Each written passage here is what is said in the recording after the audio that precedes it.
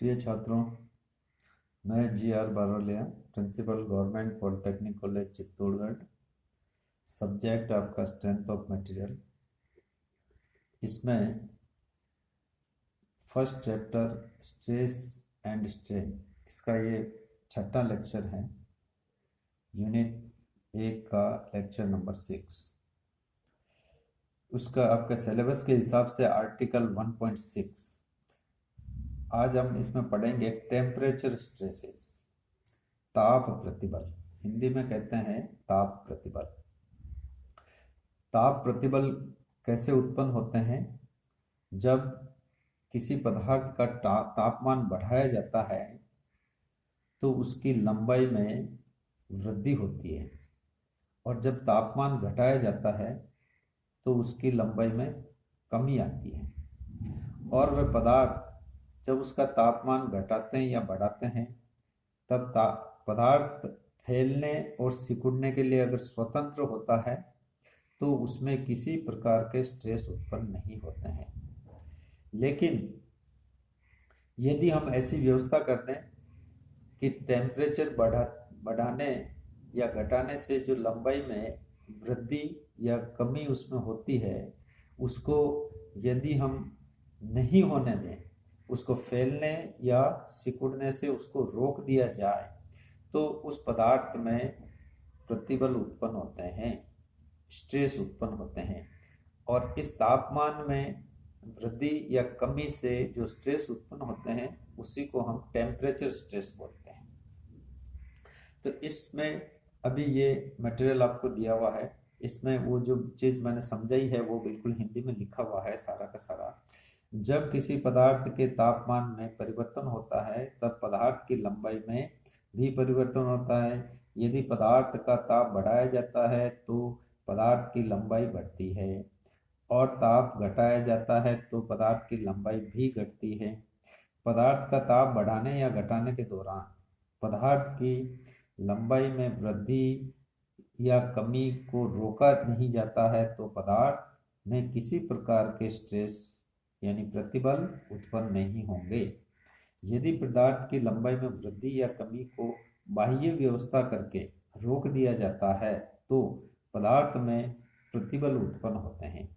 इस प्रकार से तापमान में परिवर्तन होने से उत्पन्न प्रतिबल को ताप प्रतिबल यानी टेम्परेचर स्ट्रेस कहा जाता है। ये टेम्परेचर स्ट्रेस की व्याख्या है, इसका इंट्रोडक्शन है।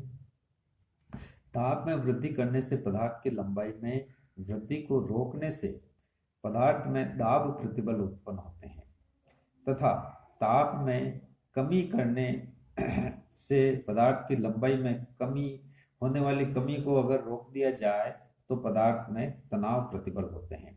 देखिए ये पैरा है, ताप में तापमान बढ़ाने या घटाने से कब उसमें तनाव प्रतिबल उत्पन्न होते हैं और कब दाब प्रतिबल उत्पन्न होते हैं। पदार्थ की अगर ताप में वृद्धि की जाए तो क्या होगा, उसकी लंबाई बढ़ेगी, और उस लंबाई को हम बढ़ने से अगर रोक दें तो पदार्थ में क्या होगा, कंप्रेशन यानी कि दबाव प्रतिबल उत्पन्न होंगे। और ताप पदार्थ के ताप की में कमी की जाए, तापमान घटाया जाए तो उसका पदार्थ की लंबाई कम होगी, पदार्थ सिकुड़ेगा, लेकिन हम उसको सिकुड़ने नहीं देते हैं तो उसके अंदर तनाव प्रतिबल उत्पन्न होते हैं। ये स्थिति भी हमें याद रखनी चाहिए, पदार्थ में कब तनाव प्रतिबल उत्पन्न होते हैं और कब दाब प्रतिबल उत्पन्न होते हैं। अतः ताप प्रतिबल पदार्थ के तापमान में परिवर्तन से उत्पन्न होते हैं, तथा प्रतिबल टेम्परेचर यानी टेम्परेचर स्ट्रेस दाब प्रतिबल और एवं तनाव प्रतिबल दोनों प्रकार के होते हैं। ये ताप प्रतिबल जो होते हैं, टेम्परेचर स्ट्रेस भी दोनों तरह के होते हैं, कंप्रेसिव भी हो सकते हैं और टेंसाइल भी हो सकते हैं। नेक्स्ट 1 पॉइंट आपका सिलेबस का आर्टिकल 1.6.1। अब हम अलग अलग तरह के एग्जाम्पल लेते हैं इसमें। देखिए होमोजीनियस बार, जिसको कहते हैं सजातीय रोड। होमोजेनियस बार, ये होमोजेनियस बार आपके पहले भी आ चुकी है। सिंपल, अपन ने जो पहले लेक्चर्स पढ़े थे जिसके अंदर स्ट्रेस की हमने गणना करने वाला चैप्टर पढ़ा था, उसके अंदर भी सजातीय बार आई थी। होमोजेनियस बार, होमोजेनियस बार का मतलब होता है जो एक ही पदार्थ की बनी हुई होती है। जैसे ये एक रोड यहाँ पे दिखाई गई है, ये एक ही मटेरियल की है, चाहे कॉपर की होगी, चाहे स्टील की होगी, चाहे एल्यूमिनियम की होगी, एक ही मटेरियल की हो, उसको होमोजेनियस बार कहते हैं। और जो दो मटेरियल की बनी हुई होती है और उसको जोड़ दिया जाता है तो वो कंपोजिट बार कहलाती है। संयुक्त सेक्शन वाली बार कहलाती है। तो इसमें हम पहले टेम्परेचर स्ट्रेस निकालने के लिए पहले होमोजेनियस बार का एग्जांपल लेंगे और उसके बाद में हम कंपोजिट बार में टेम्परेचर स्ट्रेस किस तरह से उत्पन्न होते हैं वो भी लेंगे। तो पहले होमोजेनियस बार के बारे में हम डिस्कस करते हैं। देखिए, सजातीय रोड एक ही पदार्थ की बनी होती है। यहाँ पर एक ही पदार्थ की बनी हुई एक रोड लेते हैं जिसकी लंबाई L है। इसके अनुप्रस्थ काट का क्षेत्रफल A है। ये एरिया ऑफ क्रॉस सेक्शन, अनुप्रस्थ काट, उसका क्षेत्रफल A है और रोड की लंबाई L है। ये रोड हम ले रहे हैं जिसकी लंबाई आप देख सकते हैं यहाँ पे L है और इसका क्रॉस सेक्शन A है, वो यहाँ पे लिखा जा सकता है, इसका क्रॉस सेक्शन A। इस पूरी रोड का यहाँ से यहाँ लगातार इस एंड से लगा के इस एंड तक एक जैसा क्रॉस सेक्शन है। यह बार दो दीवारों के मध्य इस प्रकार रखी जाती है कि इसकी लंबाई में वृद्धि या कमी को पूर्णतया रोका जा सकता है। ये कंडीशन है। देखिए, टेम्परेचर स्ट्रेस उत्पन्न करने के लिए ये कंडीशन लगाना बहुत ज़रूरी है कि उसके किसी भी बार में जिसमें टेम्परेचर स्ट्रेस हमारे को उत्पन्न करने हैं या कब होंगे, अगर उसको एंड पे अपन फिक्स कर देते हैं, जैसे ये देखिए इस रोड को हमने इस एंड से ये फिक्स किया हुआ है, ये यहाँ भी फिक्स किया हुआ है। इसको फिक्स इस तरह से किया हुआ है कि अगर इसका टेम्परेचर हम बढ़ाएं तो इसकी लंबाई में वृद्धि होगी और ये फैलने का प्रयास करेगी, लेकिन ये फैल नहीं पाएगी, उसकी लंबाई L ही रहेगी। और वो जो जितना जितना फैलना चाहेगी उतना वो डेल्टा कहलाएगा और उसकी वजह से इसके अंदर स्ट्रेस उत्पन्न होंगे और कॉम्प्रेसिव स्ट्रेस उत्पन्न होंगे, दबाव प्रतिबल। अगर इसका हम तापमान बढ़ाते हैं तो बढ़ाने से ये घटाते हैं तो घटाने से ये सिकुड़ने का प्रयास करेगी और सिकुड़ने का, लेकिन हम ये एंड पे इस तरह से फिक्स है कि इसको सिकुड़ने नहीं दिया जाएगा। तो सिकुड़न नहीं होगी तो इस रोड के अंदर तनाव उत्पन्न होगा, क्योंकि इसको सिकुड़ने नहीं दिया, खींच के रखा हुआ है, तो इसके अंदर खिंचाव बल उत्पन्न होगा और उस खिंचाव बल से इसके अंदर खींचने वाले यानी तनाव प्रतिबल उत्पन्न होंगे। तो तापमान से इस तरह से इसमें दोनों तरह के स्ट्रेस उत्पन्न हो सकते हैं, तापमान बढ़ाने पर और घटाने पर। तो इसमें इसका हम वैल्यू कितनी होगी, टेम्परेचर स्ट्रेसेस का मान कितना होगा, वो हमने नीचे निकाला हुआ है ये फॉर्मूलों से। यहाँ पे देखिए, इस रोड का प्रारंभिक तापमान हमने मान लिया T1 है। जब रोड का हमने इसमें दो एंड के बीच में जब रोड को लगाया तो इसका प्रारंभिक तापमान था T1। इसका तापमान T1 से बढ़ाकर हमने T2 कर दिया। इसको फिर रोड को फिक्स करने के बाद में इसका तापमान बढ़ा करके हम T2 कर देते हैं। तो तापमान में वृद्धि कितनी हुई, तापमान में वृद्धि हुई T बराबर T2 माइनस T1। ये तापमान में वृद्धि हो गई, हमने तापमान बढ़ाया। तापमान में वृद्धि T2 माइनस T1 होती है। तापमान में वृद्धि से रोड की लंबाई में वृद्धि डेल्टा होती है। हमने ये मान लिया कि तापमान T बढ़ाने से रोड की लंबाई में वृद्धि जो होती है, अगर इसको हम स्वतंत्र रखते, फ्री रखते, तो रोड में इतनी वृद्धि हो जाती है, लेकिन ये वृद्धि हमने नहीं होने दी और वृद्धि नहीं होने देने से इसके अंदर कंप्रेशन हो गया, इतना कंप्रेशन हो गया डेल्टा। तो इसकी वजह से इसके अंदर कंप्रेसिव स्ट्रेस उत्पन्न हो गए। तो वो उसकी वैल्यू क्या होगी वो हम आगे फॉर्मूले से निकाल रहे हैं।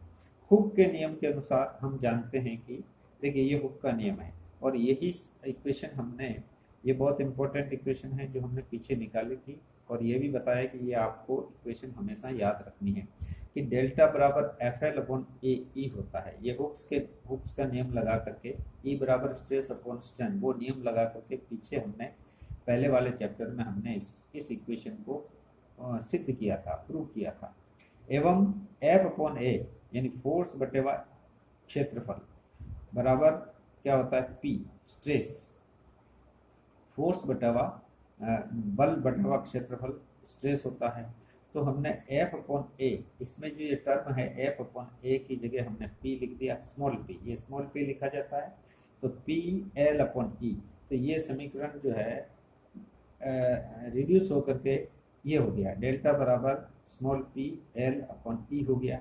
इसमें से हम पी की वैल्यू निकालें, पी को हम पक्षांतर करके इधर ले आते हैं और हम इसकी वैल्यू निकालें तो पी बराबर हो जाएगा डेल्टा ई अपॉन एल। तो ये टेम्परेचर स्ट्रेस का सूत्र हो गया, एक तरह से फॉर्मूला हो गया।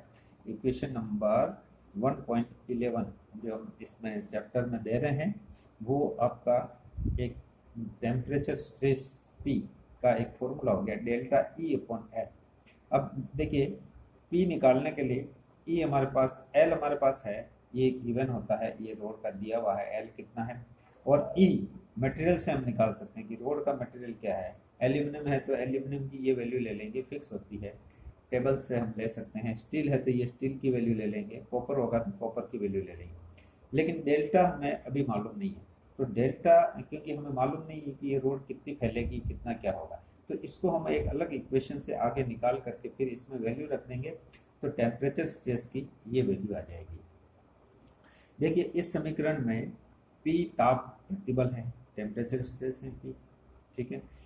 देखिए पदार्थ में तापीय प्रसारण के नियम से तापमान में वृद्धि होने से पदार्थ की लंबाई में वृद्धि डेल्टा निम्नानुसार होती है। इसमें हमें एक अलग नियम लगा करके डेल्टा ज्ञात करना है।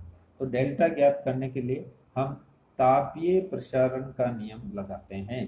तापीय प्रसारण का नियम होता है, देखिए डेल्टा बराबर अल्फा एल इंटू टी। ये आप लोगों ने फिजिक्स में पढ़ा होगा, और यदि नहीं भी पढ़ा है तो भी आप यहाँ देख लीजिएगा कि अगर हम टेम्परेचर किसी भी पदार्थ का टेम्परेचर टी बढ़ाते हैं और उसकी प्रारंभिक लंबाई एल है और उसका प्रसार गुणांक अल्फा है, तो उसकी लंबाई में वृद्धि जो होगी वो डेल्टा बराबर alpha into L into T होगी। यहाँ पर देखिए, यहाँ पर अल्फा बराबर पदार्थ का तापीय प्रसार गुणांक है या ताप प्रसार गुणांक है, ये पदार्थ पर निर्भर करता है। ये भी एल्यूमिनियम का फिक्स होगा, स्टील का फिक्स होगा, इस तरह से ये वैल्यू भी हम टेबल से ले सकते हैं या दी हुई होती है हमारे को। तो समीकरण 1.11 जो पीछे हमने 1.11 ये समीकरण निकाला है, इसके अंदर हम समीकरण 1.12 ये समीकरण, इससे हम डेल्टा की वैल्यू उसमें रख लेंगे। मैंने बताया था डेल्टा हमें मालूम नहीं है, तो अब हमें यहाँ से हम डेल्टा मालूम कर सकते हैं और डेल्टा की वैल्यू उसमें रख सकते हैं। तो उस समीकरण में डेल्टा का मान रखने पर देखिए क्या आता है, पी बराबर alpha L T E upon L, L से एल कैंसिल हो गया, तो सूत्र हो गया आपका पी बराबर एल्फा इंटू टी इंटू ई। ये हो गया हमारा फॉर्मूला टेम्परेचर स्ट्रेस का। तो ये टेम्परेचर स्ट्रेस का फॉर्मूला कहलाता है, इसको भी आपको याद रखना चाहिए। अगर ये या तो ये याद रखिएगा या फिर आपको दो फॉर्मूले, एक तो ये और एक ये, दोनों याद रखिए ताकि इसमें से डेल्टा की वैल्यू निकाल के हम यहाँ पर रखेंगे तो पी की वैल्यू आ जाएगी हमारे पास में। तो इस तरह से ये समीकरण नंबर 1.13 में पी ताप प्रतिबल है, इसके अंदर ये ताप प्रतिबल है, ये प्रसार गुणांक है उस पदार्थ का, तापीय प्रसार गुणांक, और टी तापमान में वृद्धि या कमी, अगर आप कमी करेंगे तो ये टेंसाइल हो जाएंगे और अगर वृद्धि करेंगे तो ये कॉम्प्रेसिव हो जाएंगे, और ई इसका ये पदार्थ का यंग्स मॉडुलस ऑफ इलास्टिसिटी है। तो ये हमारे पास एक इम्पोर्टेंट इक्वेशन आती है टेम्परेचर स्ट्रेस के लिए और सजातीय रोड के लिए।